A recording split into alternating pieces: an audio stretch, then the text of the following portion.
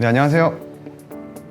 오늘 법인형 자원봉사센터 가이드북의 설명을 맡은 법무법인 더함의 정순문 변호사라고 합니다. 만나서 반갑습니다. 저희 가이드북의 설명 영상은 총 3개의 영상으로 진행이 될 텐데요. 이번 첫 번째 영상에서는 가이드북의 제작 배경, 그리고 센터를 설립하는 방법과 운영상의 주요한 주의사항들에 대해서 설명을 드릴 예정입니다. 먼저 제작 배경에 대해서 좀 말씀을 드리도록 하겠습니다. 잘 아시는 것처럼 우리 자원봉사센터는 원칙적으로 법인형 또는 민간 위탁형으로 운영하도록 규정을 하고 있고요. 그 다음에 행정안전부에서 발간한 자원봉사센터 운영 지침에서도 자원봉사센터는 민관협력의 기본 정신에 입각하여 법인으로 운영을 하거나 또는 비영리법인에 위탁하여 운영을 하도록 정의를 하고 있습니다.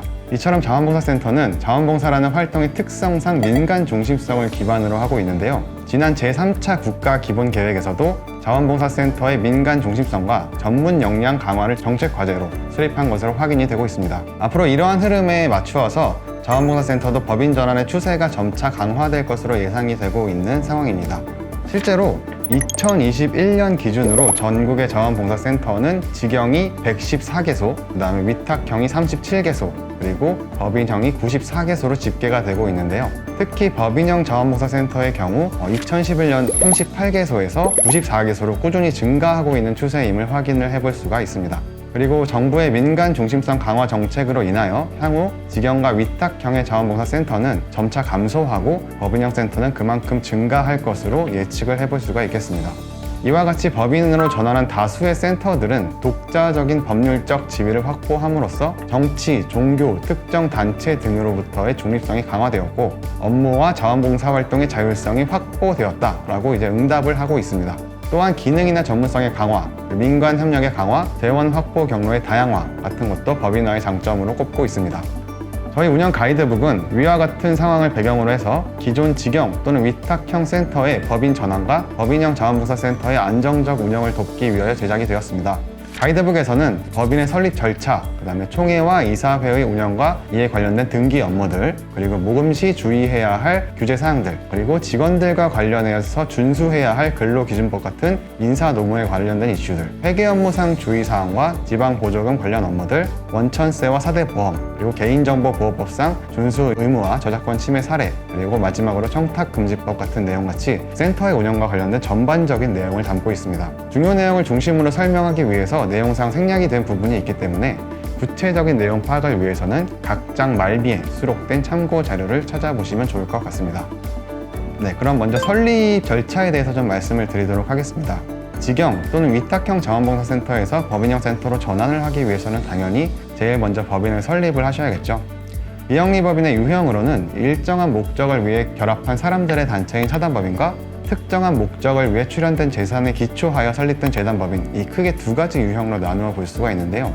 사단법인은 사람이라는 구성원이 필수 요소이고 구성원들이 모인 총회가 최고 의사결정기구가 됩니다. 반면 재단법인은 일정한 목적을 위해 출연된 재산이 필수 요소이고 설립자의 의사에 따라 초기 정관이나 임원이 결정되는 특성이 있습니다.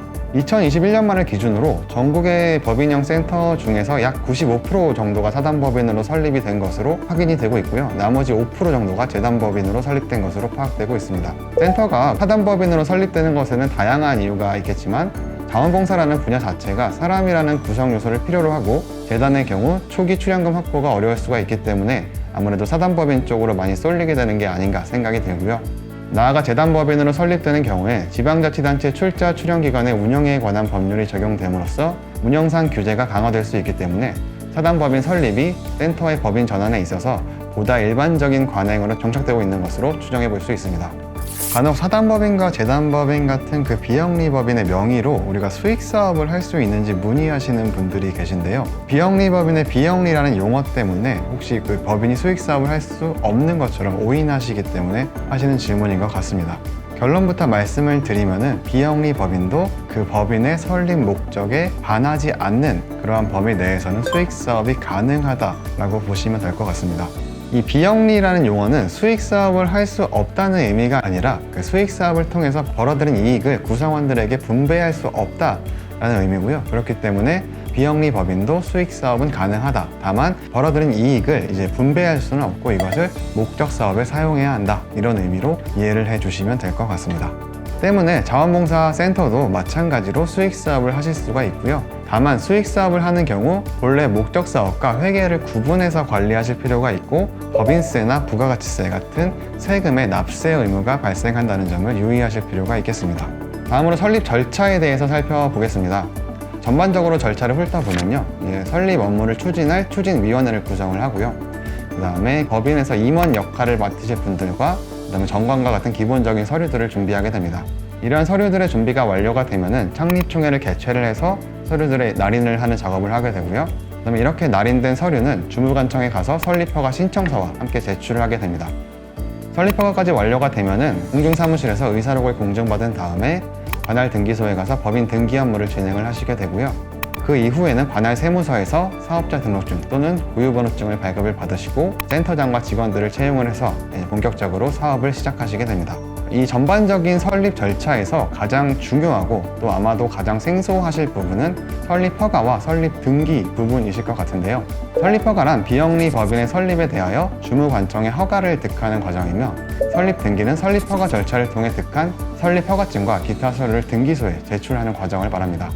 자원봉사센터의 경우 본래 자원봉사 사업을 담당했던 부서가 주무관청이 되기 때문에 해당 부서와 법인 설립 실무를 진행하시게 될 텐데요. 설립허가 시 통상적으로 필요한 서류에 대해서는 저희 가이드북에서 설명을 하고 있으니 이 준비 중인 센터에서는 해당 부분을 참고해 주시면 좋겠습니다. 설립허가 이후에는 등기소에서 이제 설립 등기를 진행을 하셔야 되는데, 등기소에 제출할 창립총회 의사록을 제출 전에 먼저 공증사무실에서 공증을 받으실 필요가 있습니다.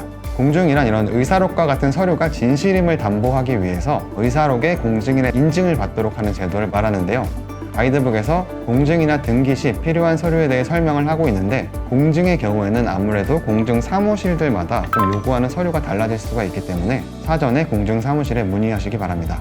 아울러 이미 설립된 법인형 센터 중 공증 절차가 좀 번거롭다 이렇게 느끼시는 센터에서는 가이드북에서 설명하는 의사록 인증 제외 제도를 이용해 보실 수도 있을 것 같습니다. 의사록 인증 제외 제도에 대해서 말씀을 드렸는데, 이 의사록 인증 제외 제도란 공증인법에 따라서 비영리 법인의 경우 설립 목적과 수행 사무가 공익적이고 주무관청의 감독으로 총회 등의 결의 절차와 내용의 진실성에 대해서 분쟁의 소지가 없는 경우에 주무관청의 추천을 받아서 법무부 장관이 의사록 인증 제외 대상 법인으로 지정 고시할 수 있도록 하는 그러한 제도를 말합니다. 이 제도의 혜택이 뭐냐면 등기를 할 경우에 의사록에 대한 공증 의무가 면제되는 건데요. 이렇게 공증 의무가 면제된다면 등기 업무를 해보신 분들은 잘 아시겠지만 총회를 할 때 뭐 인감 증명서라던가 위임장을 취합해야 하는 번거로움이 사라지게 되고, 따라서 행정 업무의 효율성을 크게 높일 수가 있겠습니다. 의사록 인증 제외 대상으로 지정받기 위해서는요, 주무관청에 추천 신청을 해야 되는데, 아직 제가 알기로 자원봉사센터 중에서 이 제도를 이용하시는 곳은 많지 않은 것 같습니다. 그래서 법인으로 전환한 센터의 경우 공증 면제 요건을 충분히 충족할 것으로 생각이 되기 때문에 업무를 효율적으로 수행하기 위해서 이러한 제도를 보다 적극적으로 이용하시면 좋을 것 같습니다. 등기까지 마쳐지면 법적으로는 법인의 설립 절차가 완료가 되고요. 그 이후에는 말씀드린 것처럼 세무서에서 법인 설립 신고를 진행하시고, 기존 센터가 있다면 그 재산 관계나 보유 관계를 새로운 법인으로 이전할 필요가 있습니다. 업무에 대한 체크리스트는 저희 가이드북에서 제공하고 있기 때문에 해당 부분 내용을 참고해 주시기 바랍니다. 이렇게 법인 설립이 완료가 되었으면 이제 사업을 시작하셔야겠죠. 통상적인 법인형 센터는 이러한 업무를 위해서 내부적으로 다양한 조직을 두고 있습니다. 먼저 총회는 사단법인의 최고 의사결정기관이자 필수기관으로 정관의 규정으로도 폐지할 수 없는 의무적인 설치기관인데요.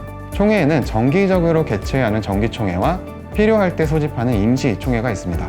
어떠한 안건이 발생한 경우 이사에게 위임된 사항 외에는 전부 총회에서 결의해야 하는 것이 원칙이고요. 특히 정관을 변경하거나 법인을 해산하는 경우에는 반드시 총회의 결의로 진행을 하셔야 합니다.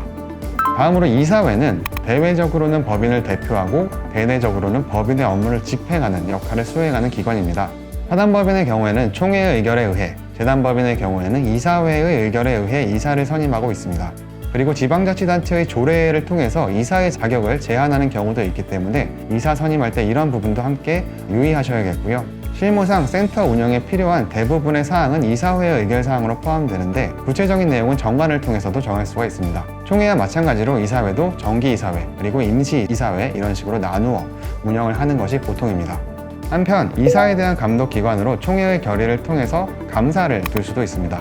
감사는 말 그대로 법인 내부의 사무 집행에 대한 감독 권한을 가지고 있는 기관인데요. 법인을 대표하는 기관은 아니기 때문에 감사의 성명이나 주소는 등기사항에 포함되지는 않습니다. 이사회 산하에 센터의 운영 전반에 관한 업무를 직접 담당하는 센터장을 두게 되어 있죠. 잘 아시는 것처럼 자원봉사활동 기본법이나 운영지침에서는 센터장의 자격 요건을 구체적으로 열거를 하고 있습니다. 센터장은 사무국 등 직원들을 지휘 관리하면서 센터의 업무를 처리하는 핵심적인 위치에 있는 기관이기 때문에 업무에 대한 전문성은 물론 정치적 독립성을 갖춘 사람으로 선임하실 필요가 있습니다. 이외에도 의무적으로 설치해야 하는 기관은 아니지만 민간 전문가로 구성된 인사위원회나 정책위원회 이런 위원회를 둠으로써 인사나 사업 운영이 공정하게 진행될 수 있도록 하는 방법도 고려해 보실 수가 있습니다. 한편 법인 설립할 때 우리가 정관을 작성을 하게 되는데 이렇게 작성된 정관이 추후에 변경이 될 수도 있습니다. 정관의 변경은 총회에서 3분의 2 이상의 동의가 있는 경우에 가능하고요. 변경 내용에 대해서는 주무관청의 허가를 받으셔야 됩니다. 아울러 법인의 재산 중 정관상 별지 등으로 기록되는 재산을 기본재산이라고 별도로 부르고 있는데 이러한 기본재산을 처분하거나 변경하는 경우에도 정관 변경과 유사하게 그에 대한 허가를 얻을 필요가 있습니다. 참고로 기본재산의 어떤 규모나 종류 아니면 관리 방법에 대해서 법령상 통일적인 기준은 없기 때문에 실무적으로는 결국 주무관청별로 좀 다르게 운영이 되고 있는 것 같습니다. 다만 특별한 사정이 없다면 현실적으로 그 주무관청으로부터 기본재산의 처분 허가를 얻기는 어렵기 때문에 기본재산 비중을 높지 않은 수준으로 관리하는 것이 재정 운용상 효율적일 것 같습니다. 기본재산으로 관리되는 재산의 종류는 주로 부동산, 예금, 채권 이런 것들이고요. 감가상각으로 인해서 가액의 변동이 발생할 수 있는 자동차나 비품 이런 종류들은 기본재산 자체가 그 변경을 하기가 어렵기 때문에 기본재산으로 포함시키지 않는 것이 일반적입니다. 마지막으로 법인은 설립 등기 이후 임원이나 주소 등 법인에 관한 사항이 변경된 경우에는 설립 등기 절차와 유사하게 공증이나 변경 등기 절차를 진행하여야 합니다. 변경 등기에 필요한 서류는 가이드북의 설명을 참고해 주시기 바라고요. 만약 이러한 등기 업무가 해태할 경우에 과태료가 부과될 수 있으므로 주의해 주시기 바랍니다.